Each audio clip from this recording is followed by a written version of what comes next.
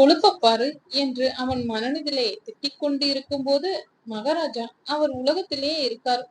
அவரை நம்பி இருக்கும் ஜீவன்களை கண்டு கொள்ளவே மாட்டேங்கிறார். இந்த மகாராணி அவர் காதை திருகி என்ன சங்கதின்னு கேட்கலாம்னு வந்திருக்காங்க. எப்படி வசதி? கண்களில் குறும்பு மின்ன கேட்ட நிவேதாவை ஒம்புக்கு இழுக்க அவனுக்கு ஆசை வந்தது. அப்படி என்ன கண்டு கொள்ளாமல் விட்டேன்? மகாராணிக்கு தான் இளவரசி இளவரசன்னு தவிர யாரையும் கண்ணுக்கு தெரிய மாட்டேங்குதே. எந்நேரமும் அவங்க புராணம் தான். அவர்களை பற்றி பேசியே என் காது ஓட்டையே பெரிதாகிவிட்டது. அது தெரியாமல் என்று இழுத்தவுடன், செல்வங்களை பற்றி பேசினால் உங்களுக்கு பொறாமையா? நம்மையும் பற்றி பேசலாமே. நிவேதா இறங்கி போன குரலில், நம்ம பற்றி பேச என்ன இருக்கு? உனக்கு இருக்கு என்று ஆதவன் கிண்டலாக எண்ணி, ஏன் நான் கேட்ட கேள்வி மறந்து போச்சா? இரு, கிட்ட வந்து சொல்றேன். ஏதோ இடக்காக தான் சொல்வான்னு அறிந்து சிவந்த முகத்தை மறைத்து நகரும் போது, எங்க போக பாக்குற? என் கேள்விக்கு பதில் சொல்லிட்டு போ என்று அவளை இழுக்க அவன் மீது குவியலாய் விழுந்தாள். ஒன்றும் பேசாமல் அவளை இறுக அணைத்து கொண்டான். என் கையில் கிடைத்ததை யாருக்கும் தரமாட்டேன் என்ற பரிதவிப்பு தான் அதில் அதிகமாக இருந்தது. அவள் மருண்ட விழிகளைக் கண்டு, வெண்ணிலவே தரையில் உதித்தாய், ஒரு சிரிப்பில் இதயம் பறித்தாய். அவளை எழுந்திருக்க விடாமல் அவள் முக வடிவை அளந்து கன்னத்தில் மெதுவாக முத்தம் பதித்தான். நிவேதா வயிற்றில் 1000 பட்டாம்பூச்சிகள் பறப்பது போல இருந்தது. அவன் செயலில் அவள் தேகம் சிலிர்த்தது. பேச முடியாமல் காத்துதான் வந்தது. இவன் மீது கோபம் தானே வரணும். இது என்ன சோதனை ஆண்டவா? கோபம் கோபம் எங்கே போய் ஒளிந்து கொண்டது? அவள் கண்களை மூடிக்கொண்டு இருந்த கோலம் அவனுக்கு மேலும் போதை ஏற்றியது. அவள் நெற்றியில் தொடங்கிய முத்த ஊர்வலம் அவள் உதடு அருகில் வந்தவுடன் தயங்கியபடி அங்கேயே முகாமிட்டது. போன் அடிக்க முதலில் சுதாரித்த நிவேதா நகர எண்ணிய போது அவன் உடும்பு பிடி அவளை நகர விடாமல் தடுத்தது. அத்தா, பிளீஸ், நான் போகணும் என்று சத்தம் இல்லாமல் பேசவே, போய்கோ என்று அவனும் அவளை போலவே பதில் தந்தான். திடீரென்று இவன் மீது என்ன இரக்கம் என்று அவளையே திட்டிக் கொண்டு அவன் நெஞ்சில் கை வைத்து தள்ளியபடி, இப்படி அலம்பச் செய்தால் எப்படி போக? கையை எடுங்க. குரல் நடுங்கியது.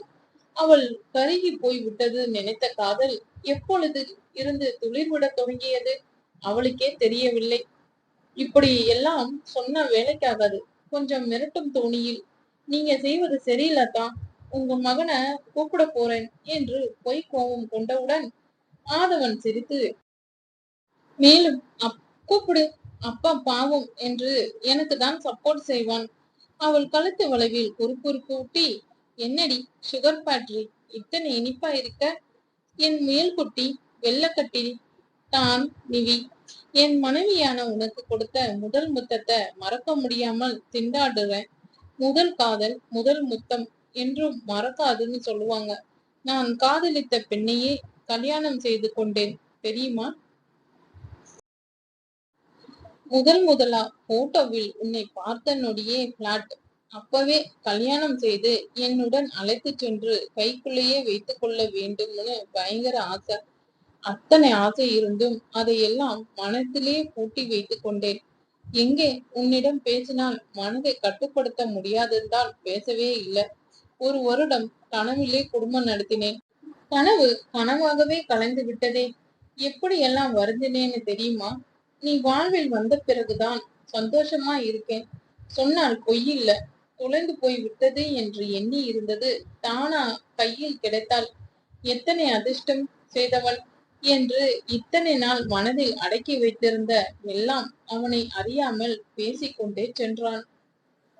அவன் செயலில் இறங்கியிருந்த மூளை முதலில் அவன் சொன்ன எதையும் ஏற்றுக்கொள்ளவில்லை. மனைவி முதல் முத்தம் என்றவுடன் அவள் சிந்தனை விழித்து கொண்டது. முதல் முத்தம் என்றால் அன்று மண்டபத்தில் நடந்ததை எண்ணி சொல்றாரோ? அன்றே என்னை பார்த்துதான் அங்கு வந்தாருன்னு சொன்னாரே, அதற்கு என்ன அர்த்தம்? என்ன போட்டோ? அவள் சந்தேகத்தை கண்டிப்பா தீர்த்தே ஆகணும். ஆனா எப்படி? ஆதவன் மட்டும்தான் அவள் கேள்விக்கு பதில் சொல்ல முடியும். அவள் யோசனையான முகத்தை கண்டு, நிவி, இங்க வாயேன், எனக்காக இதையெல்லாம் ஏற்றுக்கொள்ளணும். இந்த அறையில் இருந்த கபோர்டை முழுவதும் விதவிதமான ஆடைகள், கைப்பை, காலணி, வளையல், தலைக்கு கிளிப்பு, நகைகள் என்று ரொம்பி வழிந்தது. பார்க்கவே ஒவ்வொன்றும் கண்ணை பறித்தது. இது எல்லாம் என்று வார்த்தைகள் வராமல் திக்கியது. உனக்காக வாங்கியது. அதிர்ச்சியில், எனக்கா? உனக்குதான். அத்தான், நான் ஒன்றை கேட்கணும். ஆதவன் எப்படி எடுத்துக்கொள்வானோ என்ற பயம் வேற. அவள் தயக்கத்தை பார்த்து, வேண்டாம் நிவி, இதுதான் நிஜம். இந்த தருணத்தை அனுபவிக்க விடு. ப்ளீஸ் கண்ணம்மா. அவளுக்குமே ரோஜாவை பற்றி பேசி அவன் காயத்தை கிளற வேண்டாம் என்ன எண்ணம் தான். அவர்கள் வாழ்ந்த லட்சணத்தை தான் நேரில் பார்த்தாலே வந்த வேலையை பார்க்கலாம் என்று எண்ணி, குட்டீஸ் என்ன பேர் வைக்கலாம், பிறப்பு சான்றிதழ் வாங்கணும், எத்தனை நாளைக்கு தான் தங்கம் செல்லம் அம்முன்னு கூப்பிடுவது? ஆமாம், அது எல்லாம் தான் உன்னை கொஞ்ச வேண்டிய பெயர். மனதில் சிரித்து, நீ கேட்பதை எப்பயோ வாங்கியாச்சு, இங்க பாரு. அதில் பெற்றோர்கள் பெயர் இடத்தில் மாதவன் நிவேதா என்று இருந்தது. அவள் ஆச்சரியமாக முகபாவத்தை கண்டு, நீதான் அம்மா, அது சர்டிபிகேட்டில் கூட மாறக்கூடாது, புரிந்ததா? எங்களை விட்டு போக மாட்டதானே நிவி? அவள் அதை கண்டு கொள்ளாமல் அழுத்தமாக, உண்மையான சர்டிபிகேட் எங்கே? இவ விவரமானவதான், அது இருக்க வேண்டிய இடத்துல பத்திரமா இருக்கு. நான் அத பாக்கணும். அதில் கண்டிப்பா குழந்தைகள் பெற்றோர் பெயர் இருக்கும். நிவிக்கு உறுதியா தெரியும். கொஞ்ச நாளா குழந்தைகள் விஷ்ணு குழந்தைகளா இருக்குமோ? அவளுக்கு சந்தேகம். எப்படிதான் குழப்பம்? ஆதவனிடம் வற்புறுத்தி கேட்கவே, நானே நினைத்தாலும் அதை பார்க்க முடியாது. இதுதான் உண்மையானது, புரிந்ததா? எக்காரணம் கொண்டும் மாறாது, மாறவும் விடமாட்டேன். அவள் கண்ணில் நீர் பொங்கியது. பேப்பரை ஆசையாக வருடினாள். அதில் மகளுக்கு கமினி என்றும் மகனுக்கு கமின் என்றும் பதிவாகி இருந்தது. மகிழ்ச்சியில் தோளில் உரிமையாக சாய்ந்து, தேங்க்ஸ் அத்தான். ரோஜா இந்த பெயரை தான் சொல்லி கொண்டிருந்தா. அவள் இருந்திருந்தா எத்தனை சந்தோஷப்பட்டு இருப்பான். ஏன் அத்தான் நம்மளை விட்டு போனா? எதற்காக? என்னால முடியலவில்லை அத்தான். ரோஜா ஏன் இப்படி செய்தா? அவளுக்காக நாம இருக்கோம்னு ஏன் புரிந்து கொள்ளவில்லை? அவ கஷ்டத்தை மட்டும் நினைத்தா தவிர இந்த குழந்தைகளை எண்ணி பார்க்கவே இல்லையே. குழந்தைகள் வேண்டாம், விஷ்ணுதான் முக்கியம் என்று நம்மளை பிரிந்து போயிட்டாளே நிவேதா. மனதில் வருத்தப்பட்டாலும் வெளியே கூறவில்லை. இவளுக்கு எந்த அளவுக்கு உண்மை தெரியும், உண்மை புரிந்து பேசுறாளா இல்லை தெரியாம சொல்றாளா என்று ஆதவன் குழம்பி அவளை ஆதரவாக அணைத்து, நிவி அழுகாத, நீ அவ குழந்தைகளை பார்த்து கொள்வாய் என்ற நம்பிக்கையில் தான் உன்னிடம் விட்டு போயிருக்கா. நீதான் அவங்களுக்கு அம்மா. அவ ஆசையை நிறைவேற்றுவாய் தானே? அரைவாசல் திறந்திருக்க அப்பொழுதுன்னு பார்த்து அங்கு வந்த கீதா ஆதவன் தோளில் நிவேதா உரிமையாக சாய்ந்து இருப்பதை பார்த்து வன்மமாக, நல்ல நேரத்தில் தான் அருகில் இல்லாமல் போனேனே. ஆதவன் எனக்குரியவன். அவள் இருக்கும் இடம் என்னிடம். இவளை துரத்தினால்தான் அது முடியும். முதலில் அதை செய்யறேன். கண்களில் குரோதமாக, ஆதவன் மாமா என்று கத்தியதும் நிவேதா பதட்டமாக விலகினான். அவளை நகர விடாமல் அவன் கை வளைவில் நிறுத்தி, இவ எங்க? கதவு திறந்ததால் அப்படியே உள்ளே வந்து விடுவதா என்று உள்ளம் குமுறினாலும், வா கீதா, எப்போ வந்த? கீதா குரலில் கடுமையாக, ஏன் வராமலே போயிடுவேன்னு பாத்தீங்களா? வர வேண்டிய நேரத்தில் வரவில்லையே என்று குட்டு வைத்தான். நிவேதாவை நகர விடாமல் பிடித்து இருப்பதை பார்த்து உள்ளுக்குள் புகைந்து வெளியே வருத்தமாக கண்ணீர் நீருடன், சாரி மாமா, அக்கா அக்கா இறந்த செய்தி எனக்கு இப்பதான் தெரிந்தது. பரீட்சை இருந்ததால் அம்மா சொல்லாமல் விட்டு விட்டார்கள். அவர்களுக்கு அவங்க அக்கா மகனை பார்க்க சிங்கப்பூர் சென்றிருந்தார்கள்.